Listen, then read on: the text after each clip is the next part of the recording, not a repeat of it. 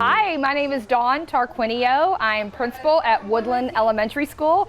We are super excited for the 23-24 school year, and this is our open house.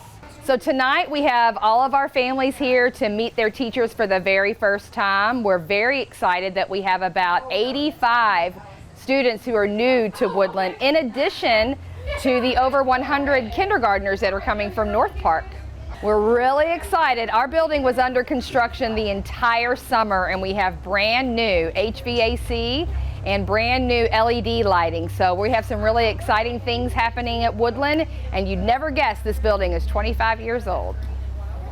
My name is Marissa Moorman, and I am the Family Resource Coordinator here at Woodland. We are having our open house event.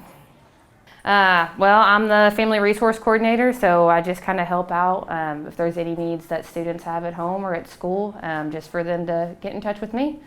I am Quinton Higgins, and I drive for Hardin County Schools. We're the transportation department. We are here to help parents navigate the drop-off and pick-off of students this year.